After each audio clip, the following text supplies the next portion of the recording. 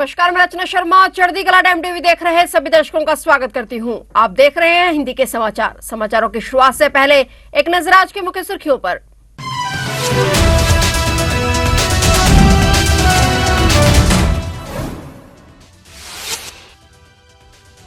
पंचतत्व में विलीन हुए पूर्व प्रधानमंत्री मनमोहन सिंह। राजकीय सम्मान के साथ हुआ अंतिम संस्कार। निगम बोध घाट पर पहुंचे पीएम मोदी, रक्षा मंत्री, तीनों सेनाओं के प्रमुख।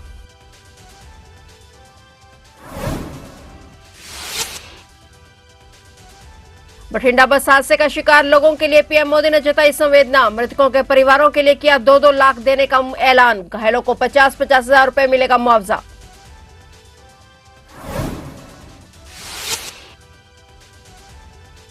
डल्लेवाल को लेकर सुप्रीम कोर्ट में सुनवाई। पंजाब सरकार के जवाब से असंतुष्ट सुप्रीम कोर्ट। कहा, पंजाब सरकार को अगर मदद चाहिए तो केंद्र करे मदद।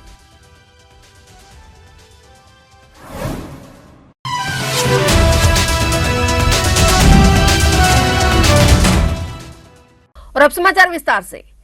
पूर्व प्रधानमंत्री डॉक्टर मनमोहन सिंह भारतीय राजनीति की एक ऐसी शख्सियत है जो बेहद कम बोलते थे, मगर जब बोलते थे तो बेहद मजबूती से बोलते थे। अब वह शख्सियत हमेशा के लिए मौन हो गई है। मनमोहन सिंह ने 92 वर्ष की आयु में दिल्ली एम्स में गुरुवार रात अंतिम सांस ली थी। आज दिल्ली के निगम बोध घाट पर राजकीय सम्मान के साथ उनका अंतिम संस्कार किया गया है। पूर्व पीएम मनमोहन सिंह के पार्थिव शरीर को कांग्रेस मुख्यालय से निगम बोध घाट ले जाया गया, जहाँ उन्हें समूह परिवारजनों और राजनेताओं की मौजूदगी में नम आंखों से अंतिम विदाई दी गई। प्रधानमंत्री नरेंद्र मोदी भी निगम बोध घाट पहुंचे, जहां उन्होंने पूर्व पीएम डॉक्टर मनमोहन सिंह को श्रद्धांजलि भेंट की। इस दौरान रक्षा मंत्री राजनाथ सिंह और तीनों सेनाओं के प्रमुख और सीडीएस भी मौजूद रहे।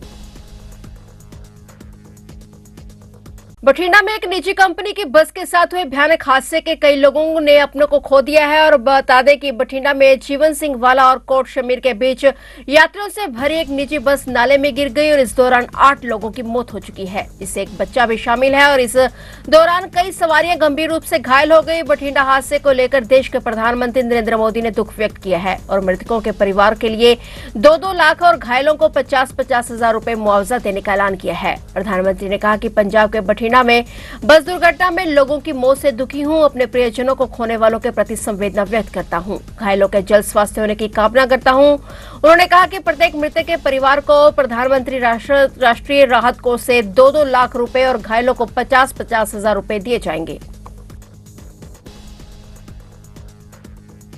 एमएसपी सहित कई मांगों को लेकर पिछले 32 दिनों से आमरण अनशन पर बैठे जगजीत सिंह डल्लेवाल को लेकर आज सुप्रीम कोर्ट में अहम सुनवाई हुई। सुनवाई के दौरान सुप्रीम कोर्ट पंजाब सरकार के जवाब से असंतुष्ट नजर आई। पंजाब सरकार ने कहा कि डल्लेवाल को अगर उठाया तो नुकसान होगा। वहीं मरण व्रत पर सुप्रीम कोर्ट ने सख्त टिप्पणियां करते हुए कहा कि पंजाब सरकार को अगर मदद चाहिए तो केंद्र सरकार उनकी मदद करे। कोर्ट ने कहा कि लगता है कि डल्लेवाल पर दबाव बनाया जा रहा है। उन्होंने कहा कि डल्लेवाल को अस्पताल जाने से रोकना खुदकुशी के लिए उकसाने जैसा है।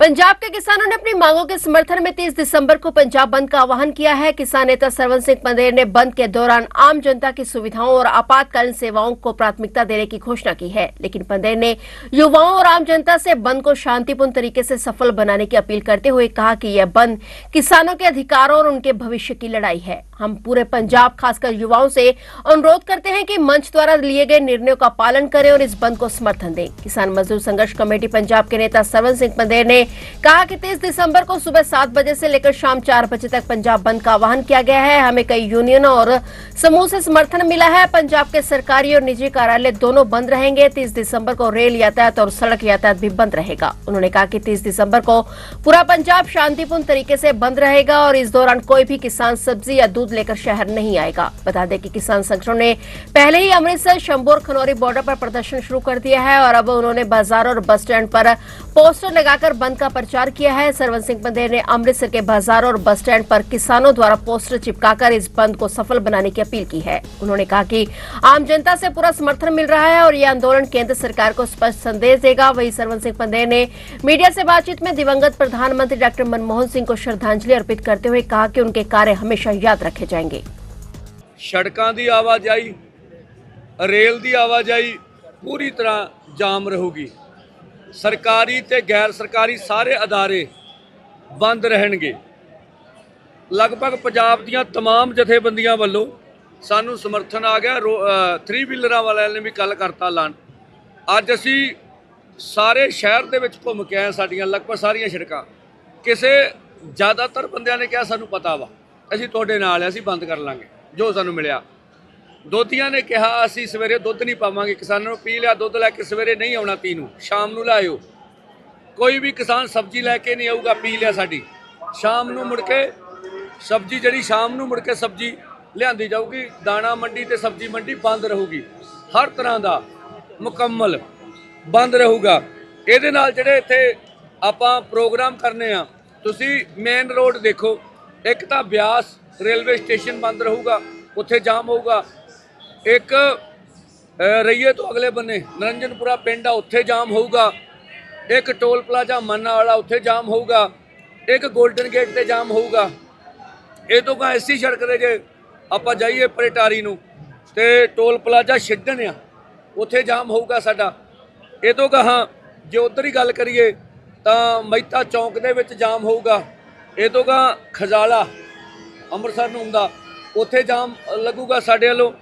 ਔਰ ਇਹਦੇ ਨਾਲ ਦੀ ਨਾਲ ਜਿਸ ਤਰ੍ਹਾਂ ਕੱਥੂ ਨੰਗਲ ਟੋਲ ਪਲਾਜ਼ਾ ਵਾ, ਉੱਥੇ ਵੀ ਜਾਮ ਹੋਊਗਾ ਉਸੇ ਸੜਕ ਦੇ ਉੱਤੇ।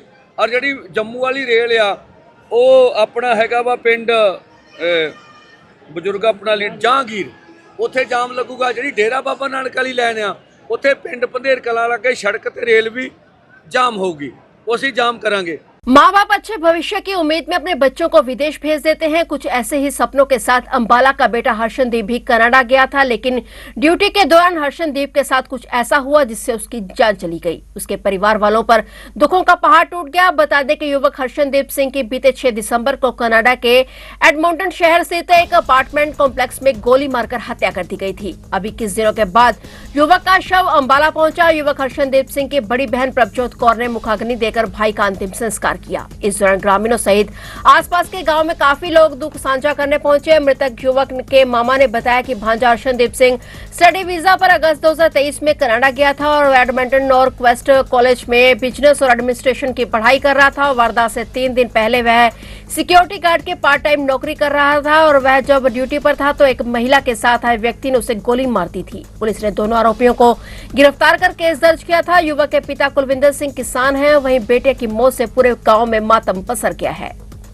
हमारा बच्चा था जी, हमारे मंजीत सिंह जी है, बीके शहीद भगत सिंह से उनका भांजा लगता था और अभी दूसरा ही दिन हुआ था इन्हें ड्यूटी ज्वाइन किए हुए। और जो इनकी निर्मम हत्या की गई है, इसके ऊपर हम कड़ी कार्रवाई चाहते हैं। लेकिन ये ऐसा हो रहा है कि पिछले कुछ सालों से जो देखा गया है कि एक खास कम्युनिटी के ऊपर आधारित बनाकर हमले हो रहे हैं, जिसको सरकार को पूरा गंभीर होकर इसमें संज्ञान लेना चाहिए। क्योंकि बच्चे की उम्र अभी सिर्फ मात्र 20 साल थी और वो अकेला बेटा था हर्षनदीप, जिसकी हत्या कर दी गई है 6 दिसंबर 2024 को। देश भर में इस समय मौसम में भारी बदलाव देखने को मिल रहा है। पहाड़ी राज्यों में बर्फबारी हो रही है और मैदानी इलाकों में बारिश का सिलसिला लगातार जारी है। दिल्ली, हरियाणा, पंजाब समेत कई राज्यों में भारी बारिश हो रही है, जिससे ठंड का प्रकोप बढ़ गया है। दिल्ली एनसीआर में 15 साल बाद दिसंबर में सबसे ज्यादा 9.1 मिलीमीटर बारिश दर्ज की गई। इससे राजधानी का अधिकतम तापमान 14 डिग्री और न्यूनतम तापमान 11 डिग्री सेल्सियस तक पहुंच गया। जम्मू कश्मीर में भी मौसम ने अपनी चाल बदल दी है। यहाँ के मैदानी इलाकों में बारिश हुई और पहाड़ी इलाकों में भारी बर्फबारी हो रही है, जिससे सड़क यातायात प्रभावित हो रहा है। श्रीनगर जम्मू हाईवे पर 2000 से अधिक वाहन फंस गए हैं। भारतीय मौसम विज्ञान विभाग ने अगले 5 दिनों के लिए मौसम अलर्ट किया है और मौसम विभाग ने 11 राज्यों में तूफान, आंधी और ओलावृष्टि का अलर्ट जारी किया है। हिमाचल प्रदेश, उत्तराखंड और जम्मू कश्मीर में बर्फबारी का अनुमान है, जिससे जनजीवन प्रभावित हो सकता है। उत्तर प्रदेश के गाजियाबाद जिले के वसुंधरा इलाके में पढ़ाई के लिए कथित तौर पर डांटने से नाराज 12वीं कक्षा की एक छात्रा ने अपने घर में छत के पंखे से फंदा लगाकर आत्महत्या कर ली। पुलिस ने जानकारी देते हुए बताया कि इंदिरापुरम के सहायक पुलिस आयुक्त एसीपी स्वतंत्र कुमार ने कहा कि मृतक की पहचान 12वीं कक्षा की छात्रा काजल सिंह के रूप में हुई है। उसने अपने घर में छत के पंखे से स्टोल की मदद से फंदा लगाकर आत्महत्या कर ली। उन्होंने बताया कि काजल सिंह को उसके पिता जयवीर सिंह ने डांटा था, जो वह दिन में सो रही थी, इसलिए उसके पिता ने उसे पढ़ाई नहीं करने के लिए डांटा और पिता की डांट से काजल नाराज हो गई और गुस्से में आकर उसने आत्महत्या कर ली। पिता ने जब अपनी बेटी के पंखे से लटकते हुए देखा तो उन्होंने तुरंत स्कूल के कर्मचारियों की मदद से उसे उतारा और इलाज के लिए नजदीकी अस्पताल ले गए, जहां चिकित्सकों ने उसे मृत घोषित कर दिया। पुलिस ने बताया कि काजल के शव को पोस्टमार्टम के लिए भेज दिया गया है और इस संबंध में अग्रिम विधिक कार्रवाई की जा रही है। वायु गुणवत्ता प्रबंधन आयोग ने दिल्ली एनसीआर में graded response action plan grab के तीसरे चरण की पाबंदियां हटा दी हैं। हालांकि प्रदूषण के स्तर को प्रबंधित करने के लिए ग्रैप के पहले और दूसरे चरण की पाबंदियां लागू रहेंगी। यह निर्णय दिल्ली में वायु गुणवत्ता सूचकांक में सुधार के चलते लिया गया है। बारिश से प्रदूषण के स्तर में अभी और सुधार आने की उम्मीद है। दिल्ली में पिछले कुछ दिनों से मौसम की अनुकूल परिस्थितियों और लगातार बारिश के कारण प्रदूषण में गिरावट आई है। 27 दिसंबर को शाम 7 बजे दिल्ली का AQI 334 दर्ज किया गया, जो कि गंभीर से बहुत खराब श्रेणी में से बाहर आ गया है। इसके चलते ग्रैप 3 के प्रतिबंध हटाने का आदेश जारी कर दिए गए। हालांकि स्टेज 1 और 1-2 के तहत लागू नियम अभी भी प्रभावी रहेंगे। आयोग ने सभी संबंधित एजेंसियों को निर्देश दिया कि वे AQI स्तर की ओर खराब करने से रोकने के लिए सतर्कता बनाए रखें। आयोग ने नागरिकों से अपील की है कि वे ग्रैप के तहत नागरिक चार्टर का पालन करें। इसके साथ ही दर्शकों को बता दें कि हरियाणा सिख गुरुद्वारा प्रबंधक कमेटी की तरफ से आप सभी संगत के सहयोग से माता गुजरी जी और 4 साहिबजादों की शहादत को समर्पित गुरुद्वारा साहिब पातशाही 10वीं नाडा साहिब पंचकुला हरियाणा में करवाए जा रहे महान सफरे शहादत समागम का प्रसारण आज रात चढ़ती कला टाइम टीवी पर दिखाया जाएगा। आप हमारे सोशल मीडिया प्लेटफॉर्म पर भी इसका प्रसारण देख सकते हैं। इसी के साथ अब मुझे दीजिए इजाजत और देखते रहिए चढ़ती कला टाइम टीवी।